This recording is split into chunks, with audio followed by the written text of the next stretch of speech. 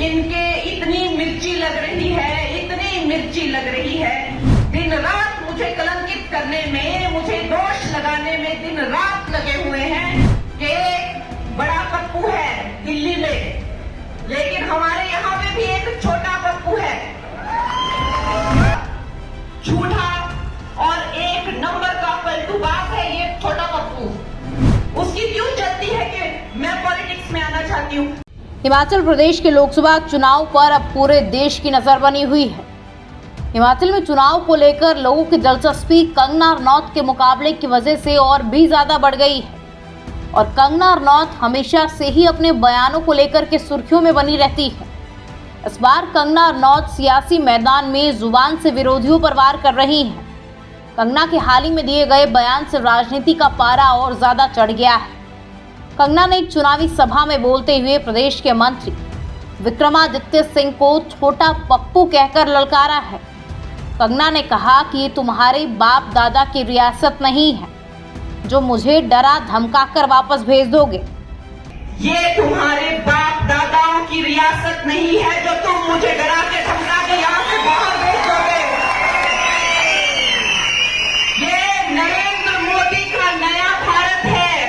यहाँ एक छोटा सा गरीब माँ का बच्चा जो चाय बेचता था रेलवे स्टेशन पर, आज वो इस धरती का, इस देश का सर्वोच्च नायक है, सर्वोच्च प्रधान है, सबसे बड़ा प्रधान सेवक है।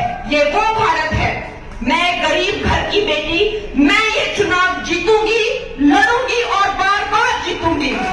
वहीं कंगना के भाषण पर प्रतिक्रिया देते हुए विक्रमादित्य सिंह ने कहा कि उनकी बड़ी बहन कंगना रनौत आज उनके लिए जिस तरह की भाषा और शब्दों का इस्तेमाल किया है, कांग्रेस और हिमाचल प्रदेश ने कभी भी देवभूमि हिमाचल में ऐसे शब्द का इस्तेमाल नहीं किया है।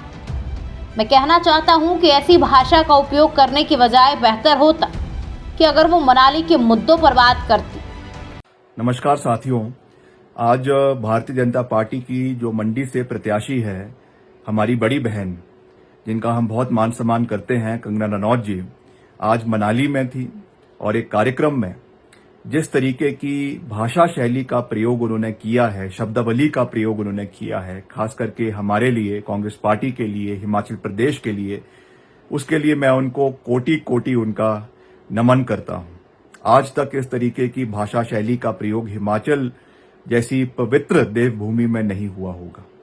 खैर, मैं ये कहना चाहता हूं कि वो जिस मनाली के मंच पर थी, अगर उन्होंने इस शब्दावली के बजाय अगर मनाली के मुद्दों की बात करी होती, आपको याद है कि कुछ ही दिनों पहले, कुछ ही महीनों पहले सदी की सबसे बड़ी आपदा मनाली में आई, हिमाचल में आई, मंडी में आई, और आप कहती हैं कि मेरा घर मनाली के अंदर है, मैं मनाली वासी हूं।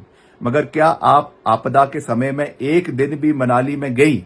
हमने जो है ग्राउंड जीरो की स्थिति से अवगत करवाया, मुख्यमंत्री जी ने उनको अवगत करवाया। इसलिए अगर आप इन तथ्यों के ऊपर बात करें तो अच्छा होगा।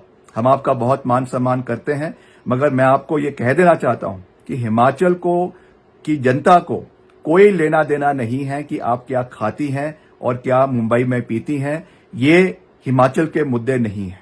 मेरा आपसे निवेदन रहेगा, since you are the candidate of Mandi parliament constituency from Bharatiya Janata Party, please talk on issues. आपका क्या विजन है? आप क्या हिमाचल प्रदेश के लिए, मंडी संसदीय क्षेत्र के लिए करना चाहती है? क्या आपने आपदा के समय में किया? क्या भूमिका आपकी आने वाले समय में रहेगी? कितना सहयोग आपने पूर्व में दिया? इन सब चीजों के ऊपर बात करें।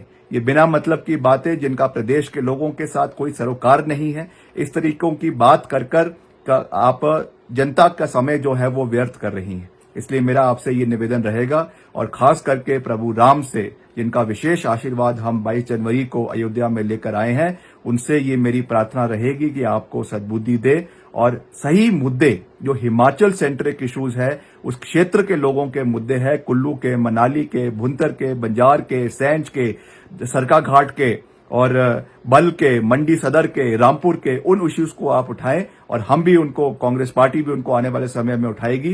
And let's have a focused debate on the developmental trajectory of Himachal Pradesh.